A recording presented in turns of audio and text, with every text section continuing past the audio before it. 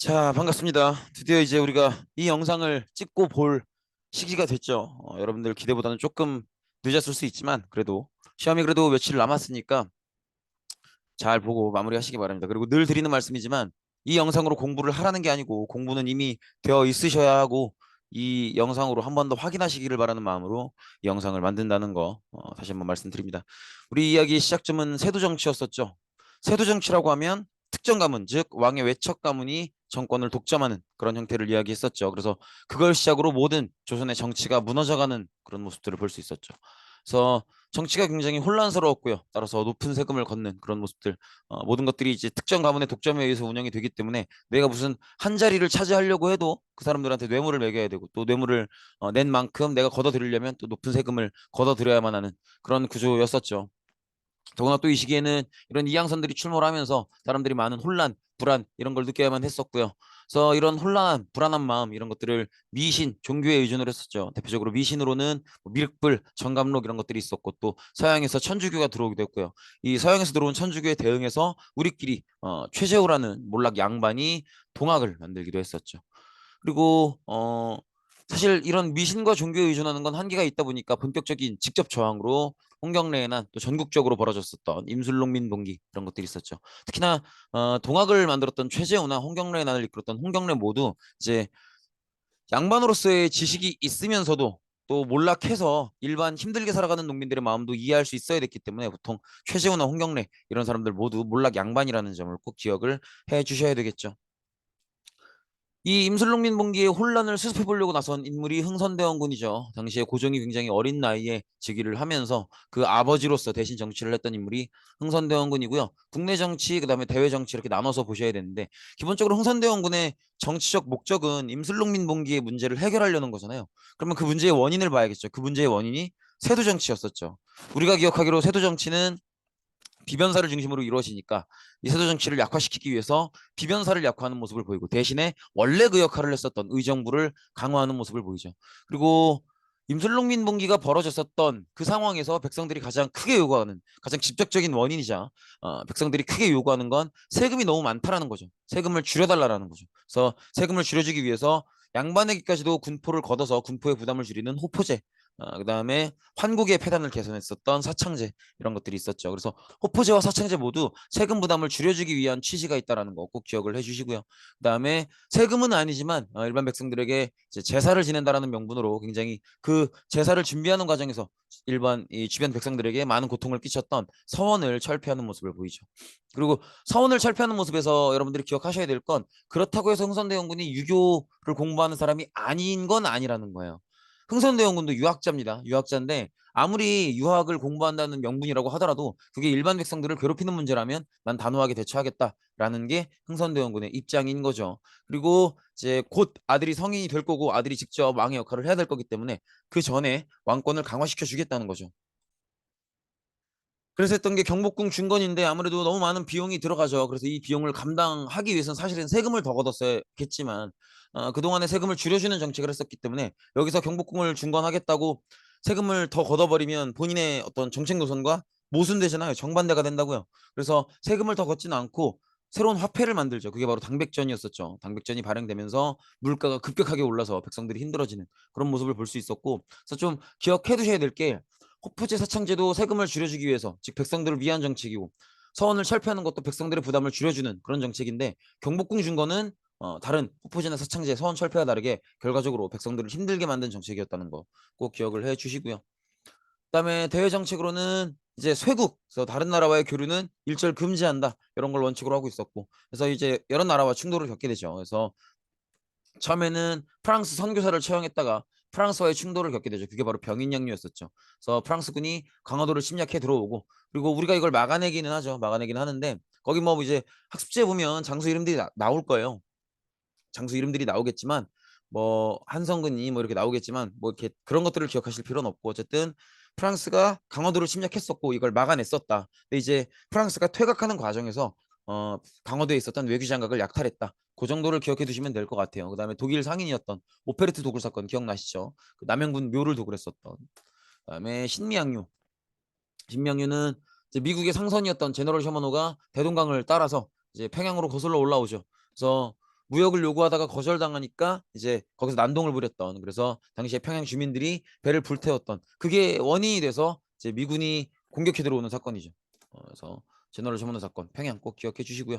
그래서 병인양요 신명유 연달아 막아내면서 이제 흥선대원군은 우리도 서양을 막을 수 있다라는 자신감을 갖게 되고, 그래서 오른쪽에 보시는 사진처럼 척화비라는 비석을 전국에 세우게 되죠. 그래서 그 새겨진 의미를 보면 양이 침범, 비전직화, 주화매국 이렇게, 즉 서양이 침범에 들어왔을 때 싸우지 않고 화해를 함은 곧 나라를 파는 것이다. 이렇게 해서 쇄국 정책을 완전히 확고화하는 그런 모습을 볼 수 있죠. 네, 흥선대원군이 이제 최익현의 상소로 물러나죠. 뭐 물론 이제 그 아들이었던 고종이 이제 충분히 나이가 된 것도 있고, 생각해 보면 여기저기서 지지율이 떨어지고 있죠.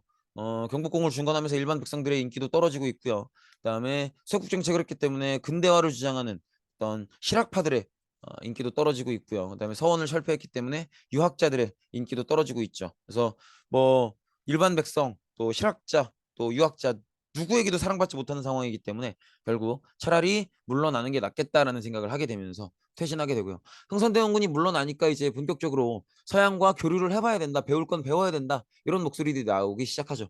그래서 일단은 서양에게 먼저 문을 열었던 일본과 가장 가까운 일본과 강화도 조약을 먼저 체결하게 되죠. 그래서 그 조항들 보기 전에 일단 그 계기는 기억나실 거예요. 운용호 사건. 그래서 일본이 군함을 띄워서 이제 한반도 주변을 삥 돌면서 겁쳤었던 그런 사건을 계기로 일본과 강화도 조약을 체결하게 되고요. 그래서 조항을 보면 조선은 자주국이다. 이건 이제 청나라를 견제하기 위함이죠. 청나라는 사실 지난 병자호란 뒤로 청나라에게 계속 사실 어떤 종속되어 있는 그런 모습이었기 때문에 여기서 일본이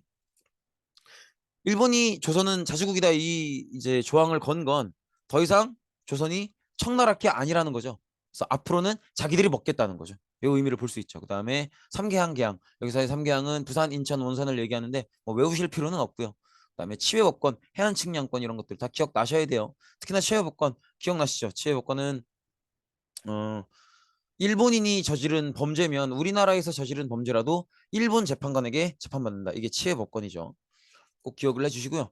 그래서 강화도 조약을 시작으로 이후에 여러 서구 국가들과 계약을 체결했었다 정도 받으시면 되겠습니다. 그래서 근데 일본에서는 그 조항이 안 들어갔었지만 다른 서구 국가들, 미국이나 영국이나 프랑스 이런 나라들과 조약을 맺을 때는 최애국 대우 조항이 들어갔었죠. 기억나시죠? 가장 좋은 혜택을 유지해주겠다. 그래서 다른 나라에게 어떤 혜택을 줬다면 이 나라에게도 최애국 대우 조항을 포함시킨 나라에도 자동 적용해주겠다. 이런 조항을 맺었었죠. 나중엔 일본도 조약을 고쳐서 최애국 대우 조항을 포함시키죠. 우리는 이렇게 여러 나라와 조약을 맺고 나서 근대화 정책이 정말 필요하다고 깨닫고 통리기무함은 별기군 이런 것들을 설치하게 되죠. 통리기무함은 전체 근대화 정책을 총괄하는 기구고요. 별기군은 신식군대죠. 이런 것들을 설치하게 되고, 또 다른 나라들은 어떻게 근대화하는가를 배우기 위해서 일본으로 수신사, 청나라로 영선사, 미국으로 보빙사 이렇게 사절단을 파견해서 배울 수 있는 건 배우려는 노력을 하기도 하죠. 근데 이제 이 과정에서 조선 책략이 유포가 되죠. 요 책 기억나시죠? 황춘세의 책. 그래서 조선의 진짜 위협은 러시아다. 러시아는 부동항을 갖기 위해서 조선에 끊임없이 욕심을 부릴 것이다. 러시아를 감당하기 위해서는 혼자서는 어렵고 청나라, 일본 그리고 미국과 친하게 지내야 된다. 이런 주장이 들어가 있는 책이죠. 근데 이 주장을 위정척사 기억나시죠? 유생들이죠. 가장 보수적인 사람들. 그래서 바른 것은 지키고 사사로운 것은 배척해야 된다라고 주장하는 사람들이었는데, 이 사람들이 이제 조선 청략에서 미국이랑 친하게 지내야 된다 이 주장을 듣고 이것만큼은 안 된다. 우리가 미국이 어떤 나라인 줄 알고 친하게 지내느냐 이런 얘기를 하면서 반대하는 모습을 보이죠. 그리고 아무래도 이제 이게 원인이 됐죠. 우리가 근대화 정책의 과정에서 통일기모함과 함께 설치한 게 신식군대였던 별기군이었죠. 별기군이 창설되면서 기존에 있었던 군인들인 구식군인들이 차별을 당하게 되고요. 그래서 구식군인들이 일으켰고, 그다음에 일반 백성들도 함께 참여한 게 이모군란이었죠. 그래서 이모군란은 기존의 어떤 근대화 정책이 실패했다라는 걸 보여주기도 하고, 기존의 근대화 정책, 뭐 통리기마문을 만들고 별기군을 만들고 이런 것들을 일반 백성들이나 구식군인들이 별로 안 좋아한다, 싫어한다라는 걸 보여주는 사건이기도 했었죠. 그래서 이 사건이 벌어지고 나서 이제 뭐 구식군인들이 반란을 일으키고, 그다음에 일본 공사관을 파괴하고 이런 모습을 보이죠. 그리고 이 사람들은 근대화 정책이 싫은 거기 때문에 근대화 정책을 싫어했던 정치인 흥선대원군을 찾아가게 되고요. 그래서 흥선대원군이 집권을 하게 되죠. 그래서 흥선대원군은 우리가 예상하는 대로 근대화 정책의 시도였었던 통리기마문, 별기군 이런 것들을 폐지하게 되죠. 근데 이걸 진압하기 위해서 청나라가 들어오는 거죠. 청나라가 조선의 영향력을 유지하기 위해서 들어오는 거예요. 그래서 청나라가 이 이모군란을 진압하고 흥선대원군을 청나라로 끌고 가게 되죠. 그리고 일본과는 어쨌든 공사관을 지켜주지 못했기 때문에 재물포 조약을 맺게 되고요. 그래서 일본은 너네들이 앞으로도 우리 공사관을 지켜주기는 어려울 것 같다. 너네들이 우리 공사관을 지켜준다고 믿을 수가 없을 것 같다라고 해서 일본의 공사관 경비병을 직접 국내에 주둔시키게 되죠. 그다음에 청나라와는 조청 상민 수륙 무역장정이라는 걸 맺게 되죠. 그래서 청나라 상인들은 개항장 밖에서도 즉 한반도 어디에서도 자유롭게 무역을 허용할 수 있게 되고요. 그다음에 요 무역이 계기가 돼서 기존에 그 최애국대우 조항을 가지고 있는 나라들은 역시 청나라가 받았던 혜택, 개항장이 아닌 어느 곳에서도 무역할 수 있다라는 조항을 같이 적용을 받게 되죠. 정도 기억하실 수가 있고요. 그다음에 이제 갑신정변인데요. 이모군란을 통해서 이제 그동안에 뭐 통리기마문 만들고 또 별기군 설치하고 이런 근대화 정책들, 개화 정책들이 실패했다라는 게 드러났고 이걸 반성을 하게 되죠. 그래서 이제 반성하는 과정에서 온건기합파, 급진기합파 이렇게 나눠지게 되는데요. 온건기합파, 급진기합파는 이렇게 구분을 할 수 있죠. 온건기합파는 기본적인 개화의 모델을 청 모델로 하고 있고요. 그래서 과학기술까지만 배우자 이런 주장을 하고 있기 때문에 청나라의 간섭에 대해서는 별로 비판하지 않죠. 반대로 급진기합파는 일본의 메이지 유신을 모델로 하고 있고요. 그래서 과학기술은 당연한 거고 제도까지도 배워야 된다. 그래서 청 간섭을 되게 강하게 비판하고 있는 모습을 보이죠. 급진기합파가 정변을 시도하는 거고 이 과정에서 일본 모델로 하고 있는 거기 때문에 일본의 도움을 요청하죠. 그래서 일본도 도움을 요청을 듣고 이제 도와주겠다라고 약속을 하기는 하죠. 그래서 우정국 개국 축하연, 이거 우체국이라고 말씀드렸었죠. 우정국 업무를 시작하는 개국 축하 파티에서 어, 사건을 계획해서 폭력 사건을 통해서 많은 사람들을 죽이고 갑신정변 개화파들, 급진기합파들이 집권을 하게 되죠. 그래서 집권을 해서 자신들의 어떤 정책 14개조 개혁안을 발표하게 되죠. 많은 내용들이 있지만 모여서 법령을 의결한다. 이걸 통해서 의회를 그래도 의회를 당장 만들 수는 없겠지만 의회와 비슷한 거를 만들어 보려고 노력은 했었다. 라는 걸 볼 수 있고요. 그다음에 지조권이라는 표현, 땅의 가격을 정해서 그 가격에 비추어서 세금을 걷겠다. 이거는 일본의 정책이죠. 그래서 일본의 정책을 용어까지도 그대로 끌고 들어오면서 일본의 영향을 받고 있다라는 걸 보여주는 모습이었죠. 어쨌든 결과적으로는 이것도 이모곤란이랑 마찬가지로 청나라에 진압이 되고요. 일본과는 어느 정도 피해를 끼쳤었기 때문에 한성조약을 체결하게 됩니다. 이런 모습을 볼 수 있죠.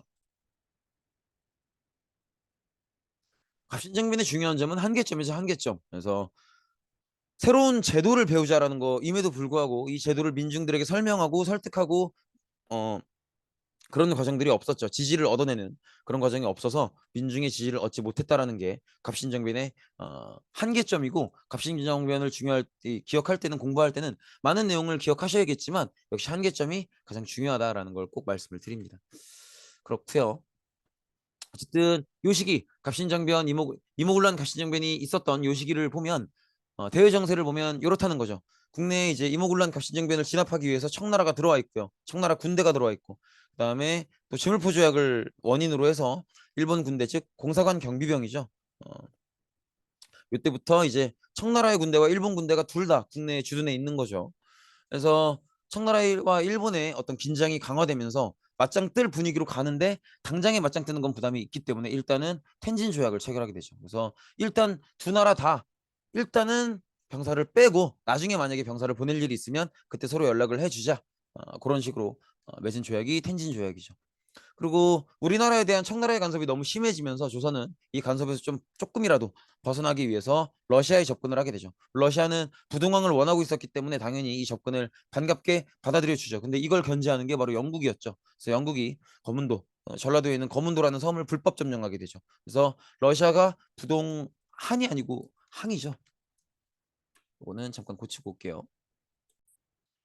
그래서 영국은 뭐 조선에 직접적인 욕심이 있었다기보다는 러시아가 부동항을 갖는 것 자체를 원하지 않았었기 때문에 이걸 견제하기 위해서 거문도를 불법 점령했었던 거고 그래서 러시아가 조선의 영토를 차지하지 않겠다라는 약속을 해줘서야 그때서야 물러나는 모습을 보이죠.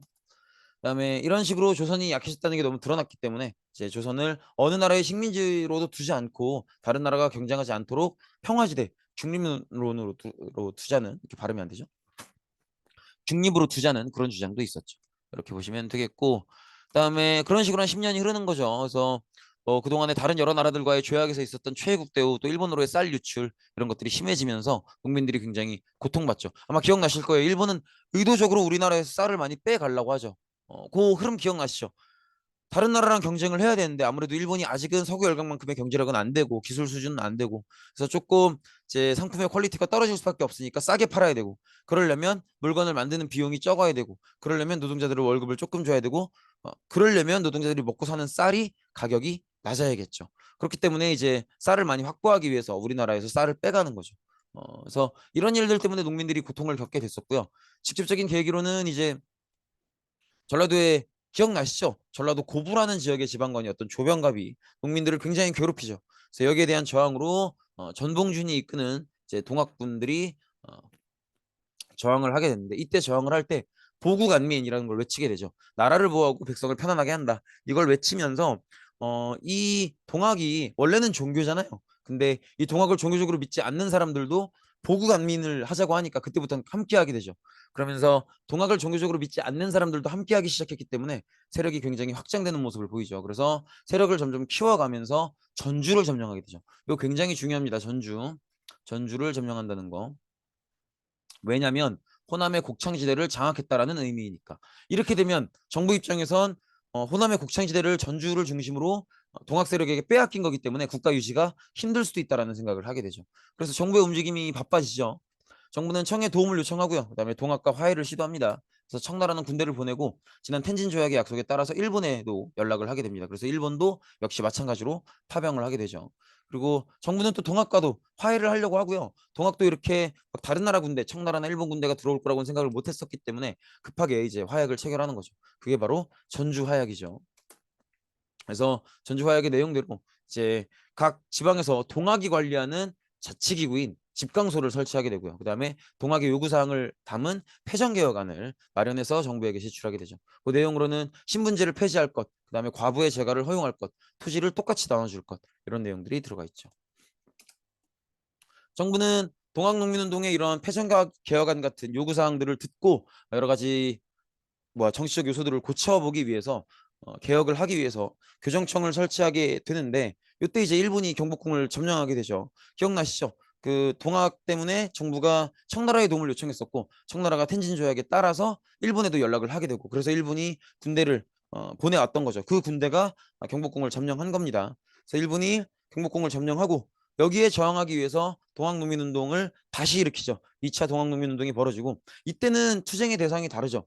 처음에 이제 전라도 고부 지역의 지방관 조병갑이 수탈을 해서 일으켰던 그 동학농민운동 1차 동학농민운동은 정부를 상대로 요구사항을 요구하기 위해서 일으킨 운동이라면 2차 동학농민운동은 이제 청나라와 일본 특히나 일본을 상대로 지금 우리나라에서 나가라 이 요구를 하기 위해서 일으켰던 동학농민운동인 거죠.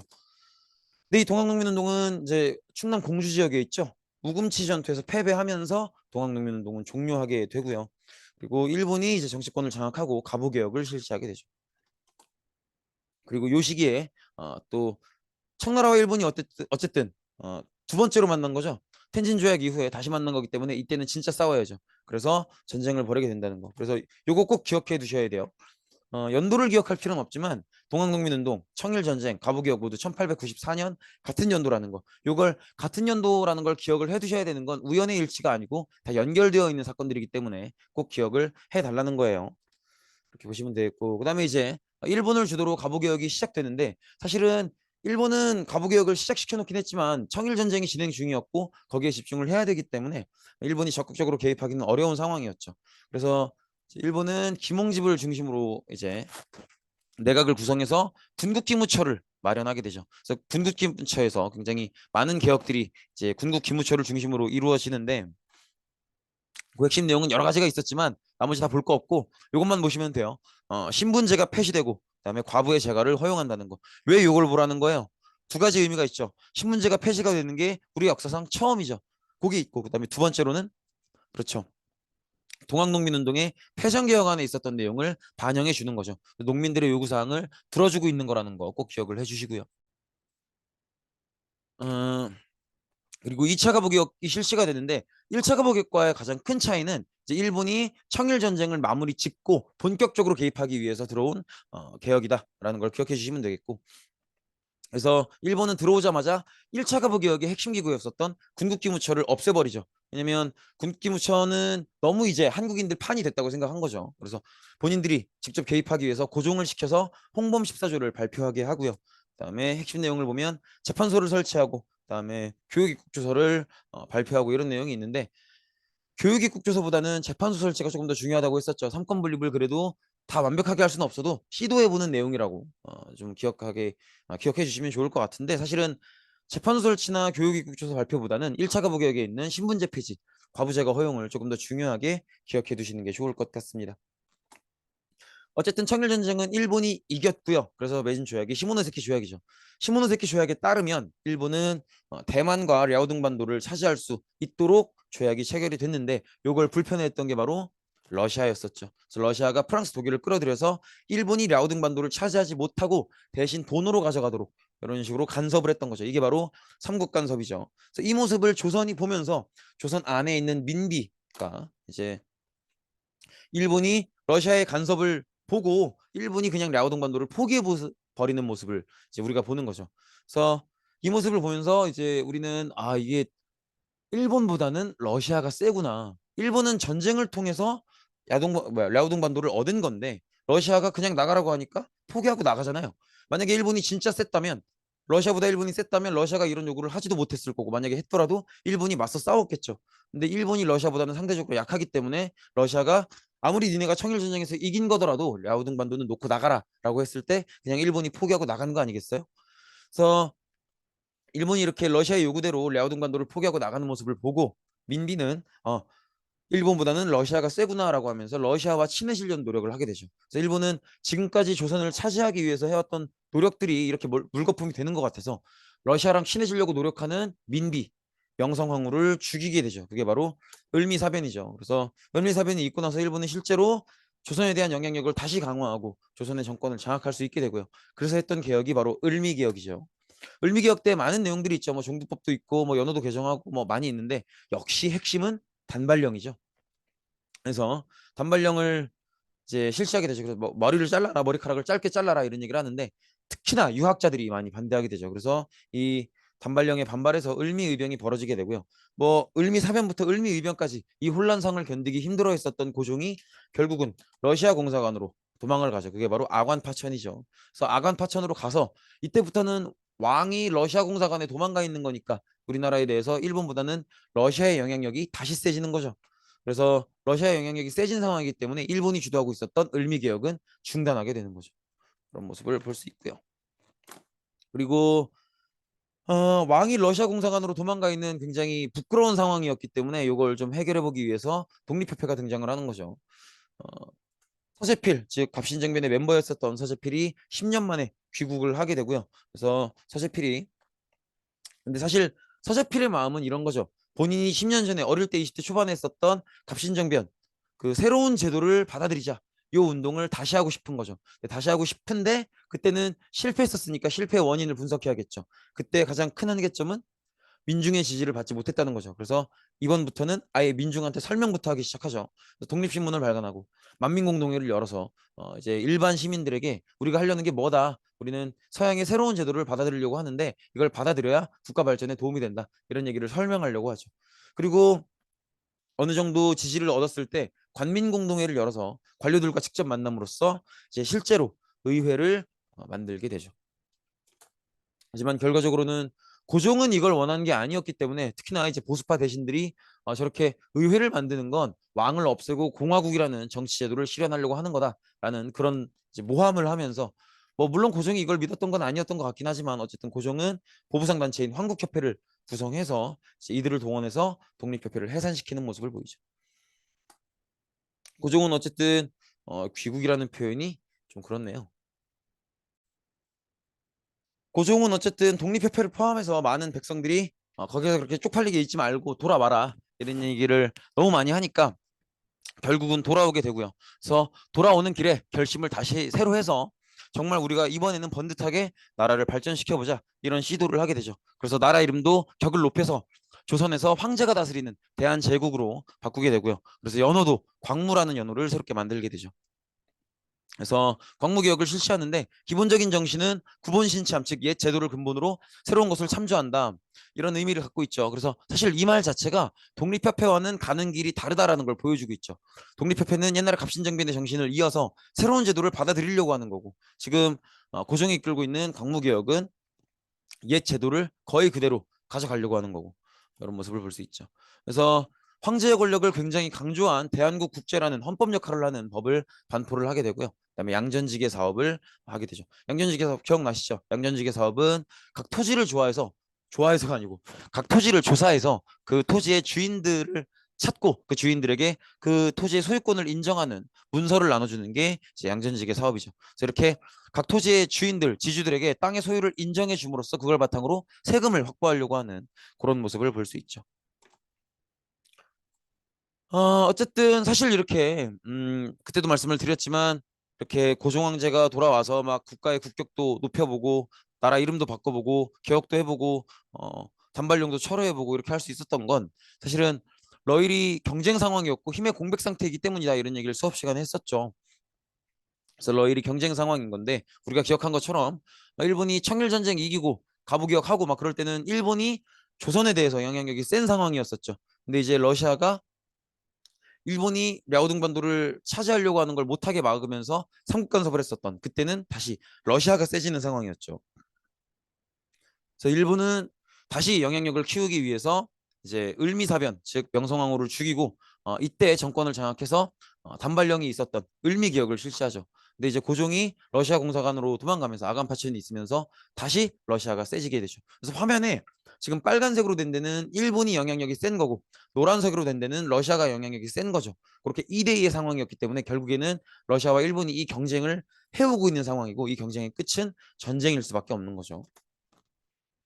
이 러일 전쟁에서 결국 일본이 이기게 되고요. 일본은 이 전쟁의 승리의 결과로 포츠머스 조약을 맺게 되죠. 그래서 이 포츠머스 조약의 내용은 다 예상하시겠지만 어, 조선에 대한 일본의 특수한 이익의 권리를 인정한다. 즉 조선이 일본 거라는 걸 인정한다. 뭐 이런 내용을 가지고 있죠. 그래서 이렇게 일본은 드디어 청일전쟁에서 청나라를 물리치고 러일 전쟁에서 러시아를 물리치면서 조선을 차지할 수 있게 되죠. 그래서 조선을 차지해 나가는 과정에서 여러 가지 조약을 맺게 됩니다. 한일의정서는 러일 전쟁 과정에서 일본이 조선의 땅을 이제 마음껏 쓸 수 있다라는 내용을 가지고 있고요. 그다음에 제1차 한일협약 고문 정치였었죠. 그래서 재정 고문의 메가타 화폐 정리 사업 했었죠. 그다음에 외교 고문의 나중에 잔인한 전명훈에게 장인한 전명훈에게 죽는 스티븐스 이런 고문들을 들여서 이 고문들에게 충고를 받아서 정치를 해라라고 하는 고문 정치의 내용이 들어가 있는 제1차 한일협약이 있었고요. 제2차 한일협약은 일산의격이죠. 그래서 우리나라의 어떤 외교권을 빼앗고 이때 통감부를 설치하게 되죠. 그다음에 고종은 이 일산의격 체결에 반대하기 위해서 당시에 만국 평화회의가 열리던 네덜란드 헤이그에 우리나라의 특사를 파견하게 되죠. 이 특사가 가서 뭐 한 역할은 없지만 그래도 나름대로 이제 그러니까 여기서 한 역할이 없다는 건 공식 회의장에 들어가서 우리나라의 입장을 얘기한다거나 그렇게 하지는 못하죠. 하지만 회의장 바깥에서라도 와 있던 기자들에게 우리 조선의 입장을 설명하고 이런 모습을 보이긴 하죠. 근데 이거 자체를 외교 활동으로 봤기 때문에 을사늑약의 위반으로 봐서 일본이 고종을 강제 퇴위시키는 그런 모습도 볼 수 있었죠. 그리고 그 뒤에 이제 한일 협약, 즉 정미 7조약이라고도 하죠. 이 조약을 체결하면서 이제 차관 정치, 각 부서의 장관 바로 아래인 차관을 일본인이 하게 되고요. 그다음에 군대가 해산되는 그런 정미 7조약이 체결되죠. 그다음에 일본에게 사법권, 즉 감옥이나 경찰에 관한 업무를 빼앗기는 기후각서가 체결이 되고요. 그다음에 1910년에 이제 한일 병합이 이루어지는 거죠. 그리고 국제적으로도 조선은 일본 거라는 걸 인정받기 위해서 미국과는 가스라테프트 밀약, 그다음에 영국과는 잠깐만요.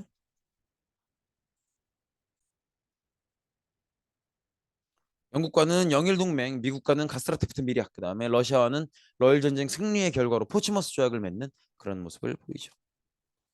우리는 여기에 맞서 싸워야겠죠. 맞서 싸우는 방식, 항일 투쟁의 방식은 크게 세 가지라고 했었죠. 일단 두 가지죠. 당장 싸우자는 거, 그다음에 실력을 기르자는 거. 당장 싸우는 게 또 이제 의병과 의열의 방식으로 나눠지게 되는 거죠.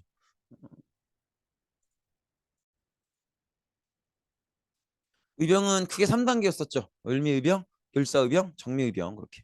그래서 앞에 두 글자를 보면 이 의병이 왜 벌어졌는지 힌트를 얻을 수 있다 그랬죠. 을미의병은 을미사변, 그다음에 단발령 때문에 벌어졌던 거죠. 그래서 특징은 유생들, 양반들이 주도하고 있고요. 그래서 고종의 명령으로 해산됐죠. 그다음에 을사의병, 을사병은 을사늑약이 원인이 됐었고요. 전 국민적인 모든 백성들의 분노를 불러왔기 때문에 팽빈의병장이 등장하는 모습도 보이죠. 그다음에 정미의병은 일단 원인으로는 고종의 강제 퇴위에 반대하는 모습이 있고요. 특히나 정미 7조약으로 군대가 해산된 게 특징이죠. 그래서 이제 해산된 군인들이 합류하기 시작하면서 전투력과 자신감이 같이 올라가는, 그래서 이제 의병의 발생 건수가 급격하게 올라가는 그런 모습을 볼 수 있죠. 그다음에 서울 진공 작전. 요거는 이제 여기저기서 많은 의병들이 발생을 하니까 차라리 한 번에 모아서 대규모 병력으로 모아서 서울을 공격하면 어떠냐, 이 계획이었던 거죠. 그래서 총대장 이인영 선생님께서 이걸 총대장직을 맡는데 결국은 실패하게 되죠. 그리고 일본은 남한 대토벌에 나서게 되고요. 그래서 이때부터는 이제 민간인들이 의병들을 돕고 있다라고 판단을 해서 민간인도 공격하게 되죠. 그래서 이제 의병들이 우리가 계속 활동하는데 이걸 일본이 남한 대토벌의 방식으로 진압을 한다는 건 우리가 민간인들에게도 피해를 주는 거기 때문에 국내 활동은 더 이상 힘들겠다라고 판단을 하고 나라 바로 위에 있는 만주와 연해주로 이동을 하게 되죠. 그래서 이들이 나중에 독립운동 기지의 바탕이 되는 거죠. 그다음에 주요 요인을 암살하거나 기관을 폭파하려고 하는 의열투쟁도 벌어지는데, 일단 나철 오기호 선생님께서 이제 을사늑약 체결을 주도했었던 을사오적을 공격하려고 시도하고요. 그다음에 이재명은 이완용을 공격하려고 시도하고요. 그다음에 우리가 아까 얘기했던 것처럼 전명훈 장인환이 미국에서 스티븐스를 죽였죠. 어, 그리고 안중근이 이제 통감부의 최대 통감이었었던, 그리고 을사늑약 체결을 주도했었던 이토 히로부미를 하얼빈역에서 살해하죠. 아무래도 안중근 선생님이 제일 유명하죠. 이렇게 볼 수 있고요. 그다음에 애국개몽 운동은 실력을 기르자는 거죠. 그래서 실력이라고 하는 건 쉽게 얘기하면 머리에 든 게 있고 지갑이 빵빵해야 된다. 즉 교육과 산업을 얘기하는 거죠. 그래서 여러 가지 많은 단체들이 있지만 신민회를 기억하시는 게 가장 중요해요.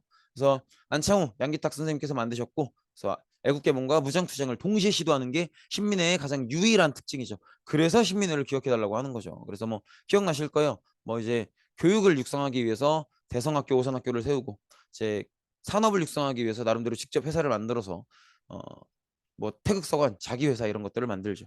어쨌든 이런 애국개몽 운동, 그다음에 만주의 독립운동 기지를 설치하는 무장투쟁 동시 시도하는 유일한 단체이기 때문에 꼭 기억을 해달라, 이런 말씀을 드렸었죠. 그다음에 국채보상운동이 있었죠. 그 통감부가 우리나라 정치에 간섭을 하면서 많은 재정을 일본으로부터 빌려오죠. 그래서 그 일본으로부터의 재정을 다 갚아야 우리가 자유를 얻을 수 있지 않겠느냐, 이 생각 때문에 사람들에게 돈을 모아서 국채보상운동을 시작하게 됩니다.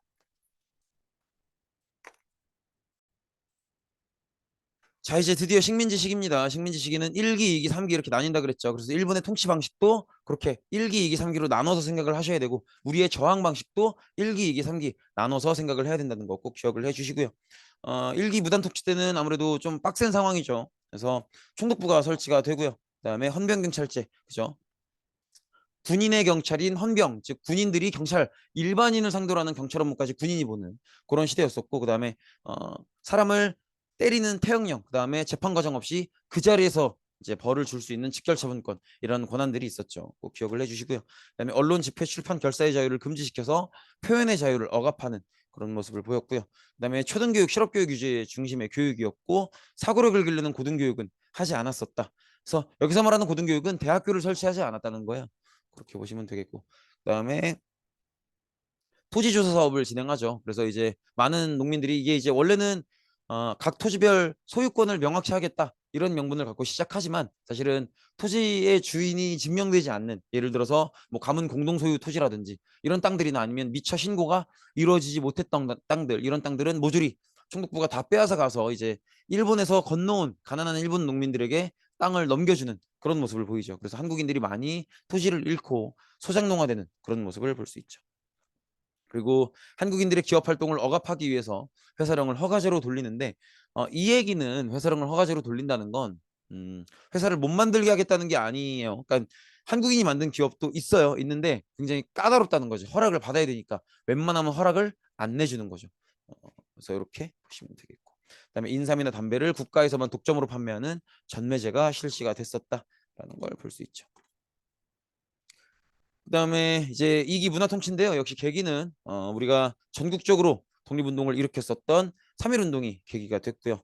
그래서 이때는 이제 헌반경찰제가 이제 더 이상 군인이 경찰을 하지 않는 보통 경찰제로 넘어가게 됐지만, 그렇다고 해도 사실은 경찰의 병력이나 아니면 그러니까 경찰의 숫자나 투입되는 재정은 훨씬 규모가 커졌고, 더구나 치안유지법 기억나시죠? 일본의 어떤 천황 지배 시스템을 비판하는 사람들은 모두 공격하겠다, 모두 잡아들이겠다, 이런 치안유지법이 실시가 되면서 오히려 검거되는 독립운동가의 숫자는 1910년대보다 훨씬 많았다라는 걸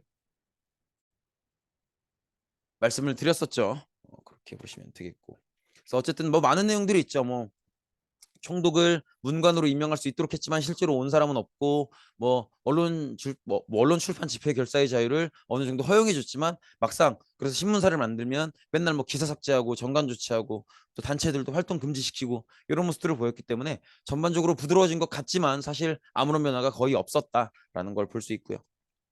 그다음에 일본이 산미증식 계획을 하죠. 쌀의 생산을 늘리려는 계획을 하게 되죠. 그래서 실제로 쌀의 생산이 늘어나지만 오히려 일본으로 빠져나가는 양이 더 많았기 때문에 한국인들의 쌀 소비량은 오히려 줄어드는 그런 모습을 보이죠.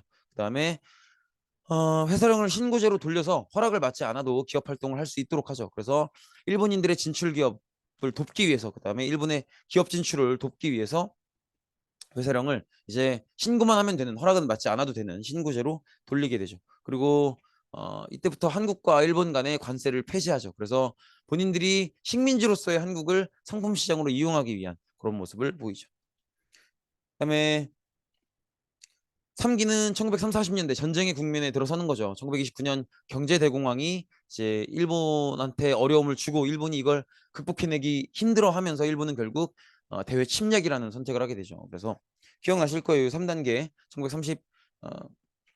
1931년에 만주 침략, 그다음에 1937년에 중일 전쟁, 1941년에 태평양 전쟁, 기억이 나실 겁니다. 그래서 만주 침략과 중일 전쟁은 중국과 싸우는 거고, 그다음에 태평양 전쟁은 미국과 싸우는 거고, 기억이 나실 겁니다. 그래서 우리를 이 전쟁들을 이용하기 위해서 민족 말살 정책, 즉 한국인임을 완전히 잊어버리게 만드는 민족 말살 정책, 황국 신민화 정책을 실시하게 되죠. 그래서 뭐 내선일체, 뭐 황국 신민서사 암송, 궁성요배, 한국어 금지, 창씨개명. 창씨개명은 이름을 일본식으로 고치는 거죠. 이런 내용들을 볼 수 있고요. 그다음에 또 본격적으로 우리나라를 자신들 전쟁의 병참기지, 즉 군대 보급용 기지로 만들기 위해서 국가총동원법을 사용하게 되죠. 그래서 뭐 병사로 끌어다 쓰는 징병제, 노동력으로 끌어다 쓰는 징용제, 그다음에 위안부, 그다음에 식량을 끌어다 쓰는 공출제, 식량배급제까지 이렇게 어떤 사람이든 자원이든 모든 것들을 다 끌어다 쓰려고 하는 국가총동원법을 실시하게 된다. 봐주시면 되겠고, 그다음에 이제 독립운동인데요. 독립운동의 궁극적 목적은 두 가지라고 했었어요. 첫 번째로는 일본을 몰아낼 것, 두 번째로는 뭐였어? 두 번째로는 우리의 새로운 국가를 세울 것. 이게 두 가지 목적이 되는 거죠. 그래서 독립운동사를 공부하실 땐 이 두 가지 목적을 항상 머리에 넣어두고 공부를 하셔야 됩니다. 1910년대를 보면 국외 독립운동 기지가 많이 만들어지죠. 많은 것들을 우리가 언급은 했었지만 그래도 가장 중요한 건 역시 경학사 신흥무관학교였었죠. 만주에 있는. 왜 이게 두 개가 중요한 거예요? 그렇죠. 신민회가 만들었던 그런 기관들이기 때문인 거죠. 그래서 경학사와 신흥무관학교는 꼭 기억을 해 주시고요. 어쨌든 대부분의 국외 독립운동 기지는 다는 아니지만 대부분은 만주와 연해주에 있죠. 왜냐면 이미 남한 내토벌 때 만주나 연해주로 건너갔었던 의병들이 이런 것들을 만들 수 있는 바탕을 마련해 준 거죠. 그래서 특히나 신민회가 만들었었던 경학사, 신흥무관학교는 꼭 기억을 해달라라는 거고요. 그다음에 3.1운동이 실시가 됩니다. 이제 기억나시겠지만 1919년에 1919년에 이제 1차 세계대전이 끝나고 미국이 이제 파리강요회를 주도하면서 민족자결주의를 외치죠. 그래서 우리도 이 논리대로라면 독립할 수 있는 거 아닐까라고 해서 독립청원서도 내봤지만 결국 되는 건 없었고, 그래서 우리가 직접 독립운동을 해야 되는구나라는 걸 깨닫게 되면서 3.1운동을 하게 되는 거죠. 많은 사람들이 모이는 상황을 만들기 위해서 이제 고종의 장례식 날을 선택을 했고요. 그래서 3월 1일인 거죠. 그래서 고종의 장례식 날 이제 기미독립선언서를 민족대표 33인이 종로의 태화관에서 발표하는 식으로 3.1운동을 시작하게 되죠. 전국적으로 발생을 했고요. 그래서 3.1운동이 배경이 돼서 이제 임시정부도 만들게 되고 문화통치도 들어서게 되는 거죠. 그래서 임시정부는 어쨌든 우리가 독립운동을 하기 위해서는 그냥 무작정 뜻만 가지고 나와서 깃발 흔들면서 독립운동 만세, 뭐 대한독립 만세 이것만 외친다고 되는 게 아니구나라는 걸 깨닫게 된 거죠. 그래서 조직과 전략이 필요하다라는 생각을 하는데, 우리가 앞으로 새로운 국가를 만들 거고 새로운 국가를 만들려면 정부가 필요한 거니까 우리가 지금 새롭게 만들 조직은 정부여야 된다라는 생각을 하면서 많은 지역에서 정부가 만들어지죠. 대표적으로 한성, 서울의 한성, 그다음에 연해주, 상하이 이곳에서 만들어지는데 사실 한성에서 임시정부를 운영하는 건 무리가 있고요. 그러면 연해주 아니면 상하이인데 이 두 지역에 어디에 이제 정부를 설치해야 될 것인가를 주장하는 건 이 정부가 앞으로 어떤 식의 활동을 어떤 전략을 가지고 할 것인가를 반영하는 거라고 했었죠. 그래서 연해주에 정부가 있어야 된다고 주장하는 사람들은 무장투쟁론을 주장하는 거고 상하이에 있어야 된다고 생각하는 사람들은 외교론을 주장하는 거였죠. 그래서 논쟁 끝에 외교론이 이기게 되죠. 그래서 위치는 상하이로 결정이 되고요. 대통령은 이승만이고 근데 국무총리가 이동희죠. 이동희는 연해주에서 활동을 했던 사람이죠. 즉 이동희가 국무총리를 한다는 건 일단은 외교론이 이겼지만 무장투쟁을 주장하는 사람들의 비율도 결코 낮은 편은 아니다라는 걸 보여주는 거죠. 어쨌든 이제 드디어 왕의 시대에서 벗어나서 민주공화국을 추정하게 되고요. 그래서 민주공화정을 추구하면서 이렇게 삼권분립, 입법, 사법, 행정의 삼권분립을 시도하게 되죠. 보시면 되겠고, 그다음에 운영으로 뭐 연통제 교통국, 뭐 그다음에 외교 활동을 위한 구미위원부, 연통제 교통국은 기억하실 필요는 없지만 어쨌든 임시정부의 연락책 같은 거예요. 뭐 서로 연락하고 이런 것들. 그다음에 이제 유럽, 미국과 외교 활동을 하기 위해서 뭐 구미위원부, 그다음에 임시정부의 독립운동 활동을 알리기 위해서 독립신문, 그다음에 이제 독립자금을 마련하기 위해서 돈을 빌리는 애국공채 이런 것들이 이제 운영이 됐었고요. 그다음에 어쨌든 상하이를 주장했었던 외교론자들, 연해주를 주장했었던 무장투쟁론자들이 이제 논쟁을 벌이게 되죠. 왜냐면 외교론 사람들이 얘기하는 방식대로 했어도 뭐가 된 게 없는 거죠. 그렇기 때문에 결국 이 갈등을 해결하기 위해서 국민대표회의를 열게 되는데 사실은 외교론도 가능한 방법은 아니었고 무장투쟁도 가능한 방법은 아니기 때문에 답이 없는 그런 논쟁이었고 그래서 결국 결과를 얻지 못하고 결렬되게 되고요. 이 회의가 결렬되면서 임시정부는 극도의 위기 상태에 빠지게 되죠. 그래서 거의 해체 직전까지 가는데 이걸 끝까지 해체하지 않고 포기하지 않고 끌고 다녔던 게 김구다. 그런 얘기를 했었죠. 그다음에 1920년대 국내 독립운동인데 1920년대는 문화 통치에 맞게 조금 부드러워지는 시기이기 때문에 우리나라도 다양한 성격의 운동을 하게 되죠. 그래서 실력 양성 운동이 이때 이루어지는데 보통 이제 실력을 기른다라고 하면 교육과 산업을 얘기하는 거죠. 그래서 이렇게 산업 파트를 발전시키기 위해서 우리 물건의 어떤 우리 기업이 만든 물건을 많이 사용하자라고 하는 국산품 애용 운동이었던 물산 장려 운동 이런 것들도 실시가 되죠. 평양에서. 그래서 기억나실 거예요. 그다음에 교육에 있어서는 우리도 고등교육을 해보자. 1910년대 대학교가 없었으니 우리도 우리 이제 조선 사람들의 돈을 모아서 조선 사람들의 손으로 대학교를 세워보자라고 해서 밀립대학 설립운동이 이루어지는데 이걸 일제가 방해하면서 실패하게 되고요. 일제는 그냥 대학교는 우리 일본이 만들어줄게라고 하면서 경성제국대학을 만들게 되죠. 그다음에 이런 얘기도 있죠. 대학 교육을 해서 전문가를 길러내는 것도 중요하지만 많은 시민들이 최소한 글자라도 읽게 해야 된다. 그래서 문자보급 운동, 분화로드 운동 같은 운동이에요.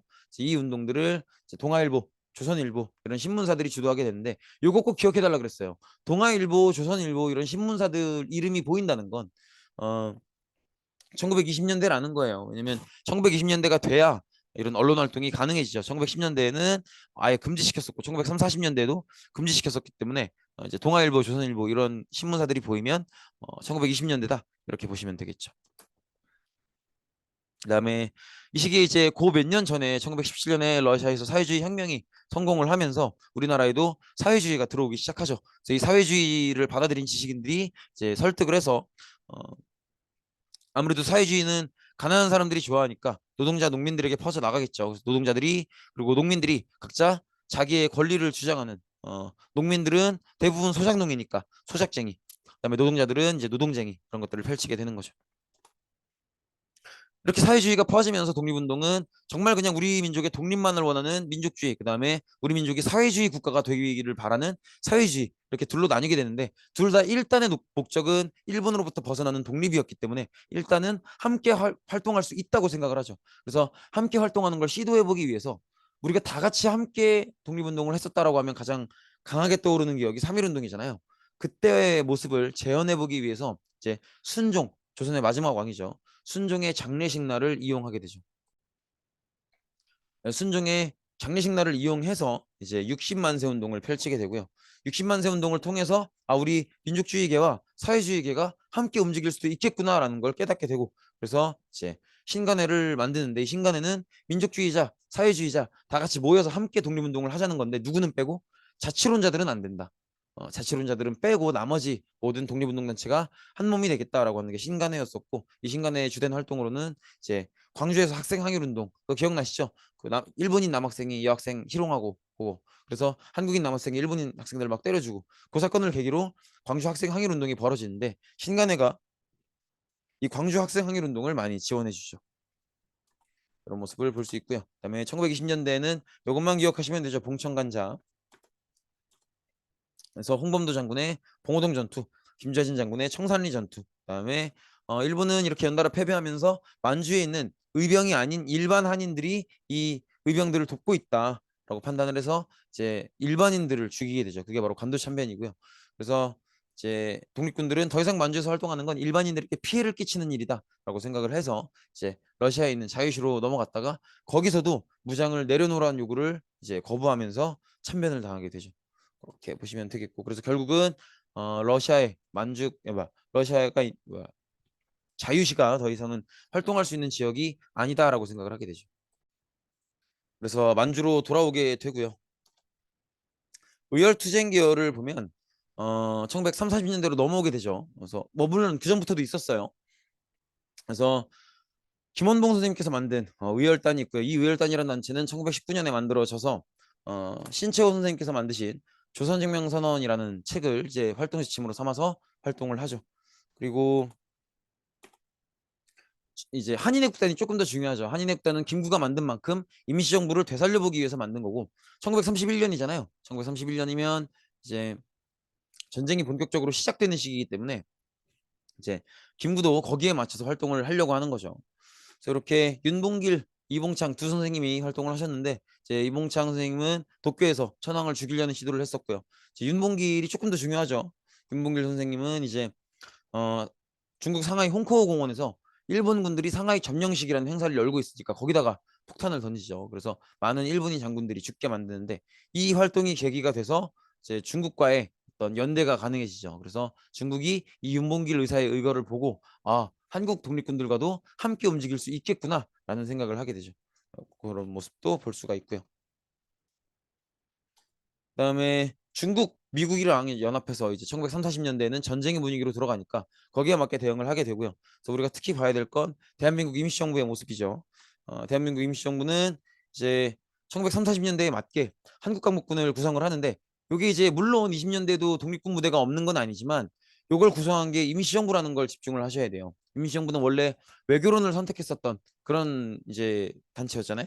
근데 이제 한국광복군을 구성한다는 건 군부대를 구성한다는 거니까 이건 1930, 40년대의 어떤 전쟁 상황에 맞춰가겠다. 그래서 우리도 1930, 40년대의 전쟁 상황에 맞춰서 우리도 전쟁을 치르겠다라는 의지를 보여주는 거죠. 그래서 일본에 선전포고를 하고요.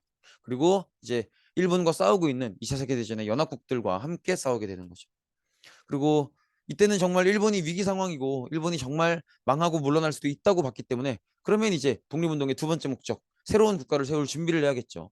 그래서 건국강령이 나오는 거죠. 그래서 건국강령이 눈에 보이면 일본이 정말 망할 수도 있는 위기이기 때문에 우리는 그걸 기회로 생각해서 이걸 작성하는 거다. 즉 건국 작업을 구체화하려고 하는 거다라는 걸 생각을 해주셔야 되고, 그렇죠. 그렇게 보면 1930, 40년대라고 생각을 해주셔야겠죠.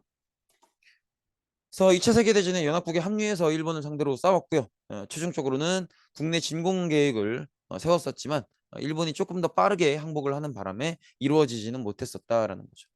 그리고 이제 나라를 세울 준비를 해야겠죠. 그래서 국내에서는 여운형 선생님이 이끄시는 건국동맹이 건국을 준비하고 있었고요. 국외에서는 임시정부가 이제 국내에 진입을 시도하고 있었죠.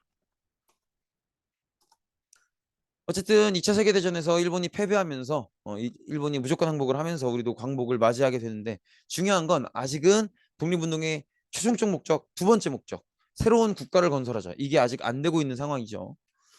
그래서 그런 모습을 볼 수 있고요.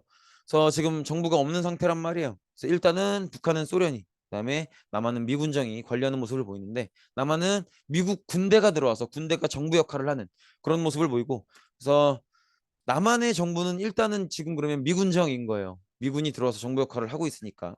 그래서 이 미군정은 임시정부 같은 혹은 건국동맹 같은 본인이 정부라고 주장하는 그런 단체들을 인정하지 않았죠. 남한에서 정부는 유일하게 미군정 하나다. 그런 얘기를 했었죠. 어쨌든 한반도 문제를 정리하기 위해서 2차 세계대전에서 이긴 나라들이 회의를 엽니다. 모스크바에서 열었죠. 그게 바로 모스크바 삼국 외상회의, 줄여서 모스크바 삼상회의라고도 하죠. 여기서의 결론은 이 세 가지였었죠. 임시 민주주의 정부를 세우고 그다음에 신탁 통치를 하고 그다음에 이걸 운영하기 위해서 미소공동위원회를 연다. 미소공동위원회를 열면 그 목적은 한국의 임시 민주주의 정부를 수립하고 그다음에 신탁 통치를 운영하는 거겠죠. 미소공동위원회를 여는데 아무래도 이렇게 새롭게 만들 임시민주주의 정부에 어떤 단체를 포함시켜야 될까? 이 문제를 가지고 이제 두 번이나 결렬을 하게 되죠. 이건 꼭 기억을 해주셔야 돼요. 어, 둘 다 주장이 달랐죠. 미국은 모든 단체에 참여를 얘기했었고요.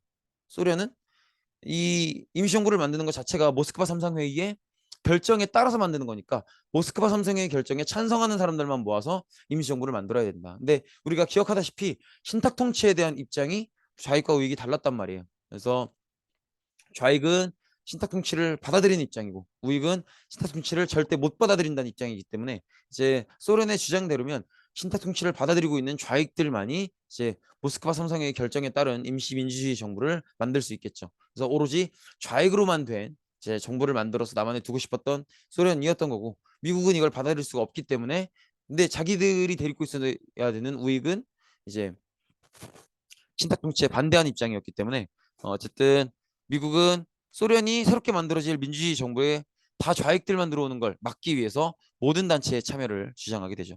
그래서 이 문제는 결국 협상이 되지 않았죠. 그리고 이 과정에서 갈등이 심해지니까 정말로 남북으로 영원히 분열될까봐 여운형, 김규식 선생님들이 이제 좌우합작 운동을 시도하게 되는데 이건 국제 정세 전체가 굉장히 이제 냉전으로 가고 있었기 때문에 사실 실현 불가능한 모습이었죠. 그래서 실패하게 되고요. 그래서 요거 미소공동위원회가 두 번이나 열렸지만 결렬되는 이유 꼭 봐주셔야 돼요. 미국은 모든 단체에 참여를, 그다음에 소련은 모스크바 3국 외상회의에 찬성단체만을 참여시킬 것을 주장했었다. 그래서 이게 타협점을 찾지 못하면서 결국 결렬되게 되고요. 그리고 미국은 이 문제를 유엔으로 넘기게 되죠. 그래서 미국이 이 문제를 유엔으로 넘겼다는 건 모스크바 3상회의를 포기하겠다는 거고요. 그다음에 유엔은 가장 민주적인 결론을 내리죠. 남북한 인구 비례 총선거를 하게 되는데 이걸 소련이 반대하게 되는 거죠. 왜냐하면 북한이 남한에 비해서 인구가 부족하기 때문에 훨씬 적은 숫자의 의원이 당선될 수밖에 없다. 그러면 의원 수가 더 많이 당선되는 남한이 모든 것들을 결정하게 될 거다. 그래서 우리는 우리 북한과 소련은 이 선거를 받아들일 수 없다라고 하고요. 그래서 유엔은 여기에 대해서 다시 한번 회의를 열어서 가능한 지역만이라도 즉 남한만이라도 총선거를 해야 된다 이런 주장을 하죠. 그리고 여기에 이승만도 같은 얘기를 하죠. 그래서 지금 단독 정부를 만들어야 되는 때다. 통일 정부를 만들 수 있으면 좋겠지만 잘 안 되고 있기 때문에 일단은 단독 정부라도 만들어야 된다 이런 얘기를 이제 하게 됐던 게 그 이제 정읍 발언이죠. 그래서 이렇게 단독 정부 수립이 조금씩 이제 흐름을 타기 시작하고요. 그래서 단독 정부 수립에 반대하는 사람들도 있었죠. 대표적으로는 이제 남한 내부에 남아있는 좌익들 혹은 통일정부를 주장하는 사람들 이런 사람들이 반대했었는데 그래서 단독정부 수립에 반대하는 운동들이 많이 벌어집니다. 그래서 이때 이제 피해를 당했던 게 제주 4.3 사건, 여수 순천 11구 사건 이런 것들이 아마 기억이 나실 거예요. 어쨌든 우여곡절 끝에 이제 50총선을 치르게 되고요. 헌법을 만드는 재헌의회를 구성해서 헌법을 제정하는데 이때는 내각 책임제로 구성을 하게 되죠. 네. 내각 책임제 운영 원리상 대통령을 내각 책임제에서 뽑기 때문에 재헌의회에서 대통령을 뽑았죠. 그게 바로 이승만이었던 거죠. 이승만이 대통령으로 선출이 되고 정부가 수립됩니다. 그리고 이승만은 본인을 지지해주고 지원해주던 미국이 데리고 있었던 친일파들이었기 때문에 의회에서 이제 반민족행위처벌법 즉 친일파들을 청산하자라는 요구를 해도 이제 이승만은 그 친일파들이 자신들의 핵심 지지 조직이라는 걸 알기 때문에 이 의회에 친일파 청산을 반대하게 되죠. 방해하게 되죠. 그다음에 식민지 시대를 끝내고 보니까 너무 많은 사람들이 소장농인 상태에서 즉 자기 땅이 없는 상태에서 농사를 짓기 때문에 이 문제를 해결하기 위해서 정부가 지주로부터 땅을 사서 농민들에게 싼 값에 파는 그런 농지 개혁을 실시하게 되죠. 그다음에 6.25인데 6.25는 뭐 전개 과정은 다 아시니까 북한이 침략해 온 거잖아요. 근데 이제 북한이 침략을 했다라는 건 이길 자신감이 있었다는 거고 그 자신감 포인트를 기억하셔야죠. 그래서 1949년에 중국 공산화, 그다음에 1900 오타네요. 1959년이 아니고 1950년이죠. 그래서 보시는 것처럼 북한이 이제 침략을 해 와서 서울을 3일 만에 점령을 하게 되고요. 유엔은 이런 행위를 침략 행위로 보고 미국을 중심으로 하는 유엔군을 구성하죠. 그래서 이걸 이끄는 메가더 장군이 인천 상륙작전을 실시하고 요때 승기를 타서 압록강까지 진출했다가 의외의 적을 만나죠. 바로 중공군이죠. 중국군이 개입하고 유엔군은 저 멀리 퇴각을 했다가 다시 전열을 정비하고 올라와서 한반도 한가운데 있는 38선에 이제 이 근처에서 굉장히 오랜 기간 동안 전투를 치르게 되죠. 결국 이 38선 근처에서 전투가 교착되니까 유엔군, 중국군, 북한군이 휴전을 회담하게 되고요. 우리나라 국군은 유엔군에게 완전히 작전 지휘권을 넘겨줬기 때문에 이 회담에는 참석하지 못했고 이승만이 이제 북진 통일을 주장하죠. 그래서 이승만이 휴전은 안 된다. 끝까지 싸워서 북한을 완전히 없애야 된다. 이런 주장을 하죠. 사실 이 주장을 하는 건 정말 북진 통일을 해야 된다라기보다는 북한이 언젠가 다시 공격을 내려왔을 때 남한이 남한만의 힘으로도 대응할 수 있게끔 한국군을 육성해야 된다. 키워야 된다. 이걸 미국이 지원해달라. 이 요구를 끌어내기 위해서 이렇게 했던 거죠. 어쨌든 휴전회담은 진행이 됐고요. 1953년 7월에 전쟁이 벌어진 지 딱 10년 만에 이렇게 휴전이 이루어집니다. 그 다음에 이제 마지막 정치체계인데요. 이승만 대통령은 앞서서 배웠던 것처럼 재헌의회에서 당선이 됐고요. 대통령을 또 하고 싶었기 때문에 본인이 의회에서 인기가 없다라는 걸 알기 때문에 이제 발췌 개헌을 통해서 직선제 개헌을 하죠. 그래서 국민들에게 직접 대통령을 뽑아달라 이렇게 얘기를 하고요. 그다음에 세 번째로 당선되기 위해서 중임 제한을 철폐하는 4.4.5 입개헌을 하죠. 이렇게 보시면 되겠고 그다음에 네 번째 선거에서 본인은 당선이 확실시 됐었지만 부통령을 당선시키기 위해서 대규모 3.15 부정선거를 저지르고요. 그리고 이 과정에서 이제 많은 사람들이 부정선거임을 알아보고 저항을 하게 되죠. 저항 시위를 하는데 저항 시위 과정에서 참여했었던 김주열 군이 얼굴에 최루탄을 맞아서 사망을 하게 되죠. 그래서 이게 이제 도화선이 돼서 많은 시민들이 이 시위에 참여하게 되고요. 그래서 시민들의 어떤 시위 규모가 점점점 걷잡을 수 없이 커지면서 결국 이승만은 하야를 결정하게 되고요. 그래서 집권층을 끌어내렸기 때문에 우리가 4.19 혁명이다 이렇게 부르는 거죠. 4.19 혁명 이후에는 이제 약간의 개헌이 있어서 내각 책임제를 조금 더 강화하는 그런 개헌이 있었고 그에 따라서 이제 대통령은 윤보선이었지만 대통령은 큰 힘은 없고 총리가 대부분의 이제 역할을 하는 그런 형태의 정치가 되죠. 장면 정권이 성립이 됩니다. 당시에 장면이라는 분이 국무총리였기 때문에 장면 정권이 성립이 되는데 독재가 막 끝난 마당이라서 이제 사람들은 어떤 해방감이 들기 때문에 본인들이 요구해왔던 요구사항들을 엄청 정부에 요구를 하게 되는데 또 이제 장면 정권은 그걸 받아들일 상황이 아니었죠. 막 소속 민주당이 분열되고 막 이랬으니까. 그래서 장면 정권이 굉장히 혼란을 느끼고 있었죠. 중요한 건 혼란을 느꼈다라는 것만 아시면 돼요. 어쨌든 장면 정권이 혼란을 느꼈고 이 혼란을 수습해주겠다라고 하고 나선 게 바로 5.16의 박정희 대통령이죠. 그래서 박정희는 일단은 군사정변을 일으킨 다음에 정권을 장악해서 기존의 정치기구들을 다 중단시키고 국가재건 최고회의를 만들어서 군대가 정부를 이끄는 군정을 실시하죠. 그리고 이때 대통령 중심제로 개헌을 하죠. 요게 이제 지금까지도 이어지는 거죠. 그래서 박정희는 대통령 중심제로 개헌을 해서 본인이 대통령으로 나갈 수 있다라는 어떤 느낌을 주죠. 그리고 얼마 안 있다가 이제 결국 군복을 벗고 대선에 출마해서 당선이 됩니다. 박정희의 정책은 기본적으로는 경제개발, 그다음에 북한으로부터 우리를 지키는 반공이었고요. 경제개발에 필요한 비용을 마련하기 위해서 이제 뭐 한일회담, 베트남 파병 이런 것들을 해서 이제 돈을 마련해 와서 경제개발 5개년 계획을 몇 번씩 실시하게 되죠. 근데 이제 점점점 박정희의 집권이 장기화되면서 그 자체에 대한 어떤 지겨움도 있고 또 빈부격차가 심해지는 모습도 있고 이러면서 박정희의 인기가 하락하기 시작하죠. 더구나 이제 당시의 경쟁자였었던 김대중이 이제 표로 박정희를 굉장히 위협하는 상황이었기 때문에 이제 박정희는 신경을 안 쓸 수가 없는 상황이 된 거죠. 그래서 이제 박정희가 자기의 어떤 권력을 키워야 되는 그런 상황이 왔는데 그러려면 이제 사람들에게 어, 자기가 필요한 사람이라는 걸 보여줘야 되잖아요. 본인이 힘을 써왔던 건 경제개발 아니면 국가 안보였으니까 국가 안보에 신경 쓰는 모습을 보여주면 되는데 그런 불안감을 어떤 안보가 위기 상황이고 박정희가 필요하다라는 생각을 사람들에게 하게 만드는 일들이 벌어지죠. 베트남이 공산화되고요. 미국이 베트남에서 베트남 전쟁에서 빠져나오는 거죠.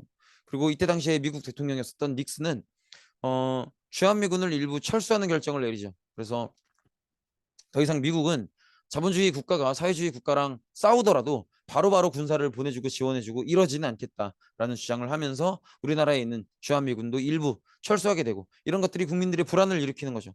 그래서 실제로 국민들이 직접적으로 불안해할 만한 사건도 벌어지죠. 북한 특수부대원이었던 이제 김신조가 넘어와서 이제 박정희를 공격하려는 그런 시도도 했었고요. 그다음에 울산 지역, 삼척 지역에 무장공비가 100명이 넘는 무장공비가 침투해 오기도 하고요. 그래서 이렇게 국가 안보가 불안한 상황이기 때문에 이제 박정희 대통령이 이런 얘기를 하죠. 우리는 지금 국가 안보가 불안한 상황이기 때문에 우리가 힘을 하나로 모아야 된다. 한 몸으로 합쳐야 된다. 그리고 그걸 이끄는 건 나여야 된다. 이런 얘기인 거죠. 그래서 이렇게 이런 상황을 바탕으로 잘 이용을 해서 본인의 권력을 만들어 가는 거죠. 그래서 박정희가 이때 이제 안보의 불안, 그다음에 반공 이런 것들을 강조하면서 그런 것들을 잘하는 건 나다. 이렇게 얘기해서 한 번 더 당선에 성공하게 됩니다. 근데 이제 이때부터는 내가 정말 직선제를 통해서 또 당선될 수 있을까라는 불안감이 생기는 거죠. 그래서 이 불안감을 이제 달래기 위해서 유신헌법을 제정하게 됩니다. 그래서 이 유신헌법 내용상으로는 통일주체 국민회의에서 대통령을 뽑고 그런 간선제다. 즉 국민들이 직접 뽑지 않고 어, 어떤 특정 단체가 있어서 그 단체에서 대통령을 뽑는 걸 간선제라고 하는데 이 통일주체 국민회의가 그 역할을 하는 거죠. 그래서 통일주체 국민회의를 만들고 대통령을 여기 통일주체 국민회의 의원들이 뽑는 간선제로 진행을 하게 되죠.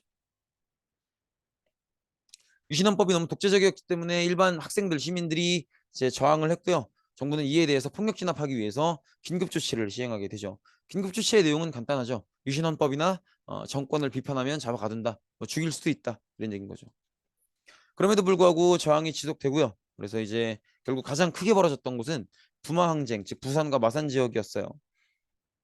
그래서 이제 부마항쟁을 어떻게 진압할 것인가를 박정희가 굉장히 고민하고 있는 그때에 이제 중앙정보부장이었던 김재규가 이 박정희를 쏴서 죽이게 되죠. 이분이 이제 김재규 선생님이십니다. 그래서 김재규가 박정희를 죽였다라고 하는 살인 사건을 좀 더 조사하기 위해서 전두환이 합동수사본부장이 되죠. 그리고 그 권력을 이용해서 이제 본인이 군사정변을 일으킵니다. 그게 바로 12.12 사태죠. 그래서 그렇게 보면 한국 현대사의 군사정변이 벌어졌던 게 박정희의 5.16, 그다음에 전두환의 12.12 이렇게 두 번인 거죠. 그래서 전두환이 12.12 군사정변을 일으켜서 집권을 하게 되고요. 대학생들은 전두환에게 민주화를 요구했지만 결국엔 돌아오는 건 진압뿐이었죠. 그래서 결국 광주에서 광주민주화운동이 발생하게 되고 정부는 이걸 폭력적으로 진압을 했었죠. 하지만 시민들도 정부가 군대를 보내서 막 총을 쏘고 이런 식으로 폭력 진압을 하니까 시민들도 여기에 대응해서 인근 경찰서나 뭐 예비군부대 이런 데서 총을 탈취해 와서 저항하는 모습을 보이죠.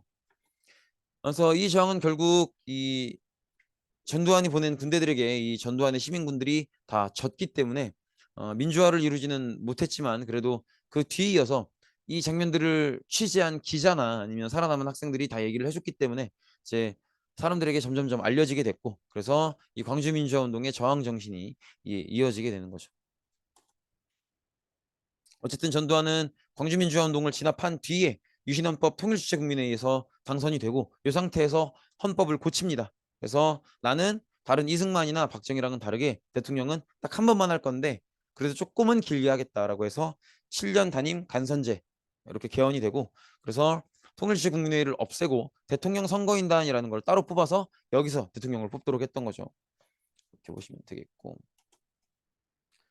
그래서 전두환 임기 마지막 해인 1987년에 이제 민주화, 즉 여기서 말하는 민주화는 직선제, 국민들이 직접 대통령을 뽑을 수 있도록 하는 거죠. 그걸 요구하는 민주화 시위가 굉장히 많이 벌어지게 되고요. 정부는 처음에는 4.13 호원 조치라고 해서 직선제 수용을 거부했었죠. 하지만 6월 민주항쟁이 점점점 크게 벌어지죠. 이 과정에서 박중철 군이 이제 고문으로 죽기도 하고요. 그다음에 이한열 군이 시위 중에 죽기도 하고요. 이런 것들이 이제 어떤 시민들의 마음을 울리면서 일반 시민들이 더 많이 나오게 되는 거죠. 더구나 바로 다음 해가 88 올림픽이었기 때문에 정부는 광주 시절처럼 그렇게 폭력적으로 진압할 수가 없었던 거죠. 그래서 6월 민주항쟁이 결국 성공을 거두게 되고요. 정부는 직선제를 받아들이는 6.29 민주화 선언을 하게 됩니다. 그래서 현행 지금의 헌법인 5년 단임 간선제, 즉 대통령은 임기가 5년이고 평생에 한 번만 할 수 있고 어이 미쳤나? 미친 오타가 있었네요. 5년 단임 직선제, 그죠? 그래서 대통령을 다시 한번 대통령을 평생에 한 번만 할 수 있고 임기는 5년이고 국민들이 직접 뽑는 직선제를 통해서 당선이 된다. 요 현행 헌법이 이때 1987년에 만들어지는 거죠. 그래서 꼭 기억을 해주시고 어, 현대사는 이제 이승만 정권 이후의 현대사는 대통령을 어떻게 뽑는가를 중심으로 보시는 게 맞아요. 그래서 처음에 1948년에 정부를 수립했을 때는 재헌의회에서 선출을 했었죠. 그리고 이승만이 발췌개헌을 했을 때부터 박정희 유신헌법 통일주체 국민회의가 들어왔을 때까지가 이제 직선제였죠. 근데 이제 박정희가 자신감을 잃으면서 유신헌법을 만들고 그때부터 이제 87년 헌법을 만들 때까지가 간선제인 거예요. 그래서 통일주체 국민회의에서 대통령을 뽑았었죠. 그리고 이제 1987년에 6월 민주항쟁을 성공하고 나서 87년에 새로운 헌법을 만들고 이때 5년 단임 직선제가 들어오죠. 그때부터 지금까지 직선제인 거죠. 이렇게 해서 우리 한번 쭉 내용들을 정리해 봤습니다. 정리해 봤고 그다음에 요거는 쭉 세 장을 연달아 보여드릴 텐데 외울 필요는 없지만 그래도 이제 한 번씩 보셨으면 좋겠어요. 그러니까 무슨 얘기냐면 연도를 외우라는 건 당연히 아니에요. 막 이거 몇 년, 이거 몇 년, 이거 몇 년, 이거 몇 년 이런 식으로 외우는 건 미친 짓거리예요. 그러니까 그런 건 하지 말되 쭉 이제 연도를 보면 사건의 전개 순서를 알 수 있잖아요. 근데 제가 원하는 건 뭐냐면 제가 예전에 그런 얘기 많이 했었죠. 역사는 지난 시간에 배운 게 이번 시간의 배경이고 다음 시간에 배울 게 이번 시간에 배울 거의 영향이기 때문에 항상 영향 관계가 있다 그랬잖아요. 순서에 따른. 그죠? 그러니까 그 스토리 라인을 연표를 보면서 한번 잡아달라는 거예요. 그래서 그냥 이렇게 보시면서 이걸 다 외워달라는 게 아니고 아 이것 때문에 이렇게 됐었고 이때 이런 일이 있었고 이것 때문에 이렇게 됐었고 요 정도만 적어두시면 돼요. 그래서 이렇게 한 번씩 캡처 따셔서 한번 정리해 두시는 것도 괜찮을 것 같습니다. 3초씩 보여드릴게요.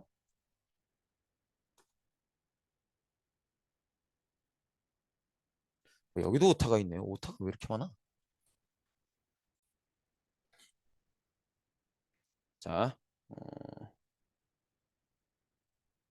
이렇게 연표를 너무 너무 왔다 갔다 해서 보여드리나? 요거는 제가 단톡방에 한번 올려드릴 거니까. 아무튼 고생 많으셨습니다. 정말 고생 많으셨고, 어, 그 요게 이제 우리 작년 3월부터 만나서 2년 동안 했던 되게 숨가쁘게 온 것 같아요. 정말 숨가쁘게 온 것 같은데 그 수업의 이제 마지막입니다. 진도를 더 나갈 일은 이제 거의 없지 싶어요. 아마 한 개 반 정도에서 공개 수업이 아마 한 번 있을 것 같고 그거 말고는 거의 없을 것 같습니다. 그래서 열심히 공부하시느라 정말 고생 많으셨고 저도 여러분들이랑 어, 2년 동안 좀 빡빡하지만 나름대로 재밌었던 수업 시간들을 보내왔던 것 같습니다. 여러분들이라서 또 2년 연속 보니까 더 좀 애틋한 게 있는 것 같아요. 정말 고생 많으셨고 음, 중학교 교복을 입고 치르는 마지막 시험일 텐데 후회 없이 잘 보시고 고등학교도 마음에 드는 곳으로 좋은 결과 얻으셔서 잘 가시기를 바랍니다. 정말 고생 많으셨고 2년 동안 제가 준비했던 별로 재미없었을 텐데 빡빡했을 거고 힘들었을 텐데 그래도 예의 있게 힘들었겠지만 고생스러웠겠지만 잘 들어주셔서 진심으로 감사드립니다. 감사합니다. 이상입니다.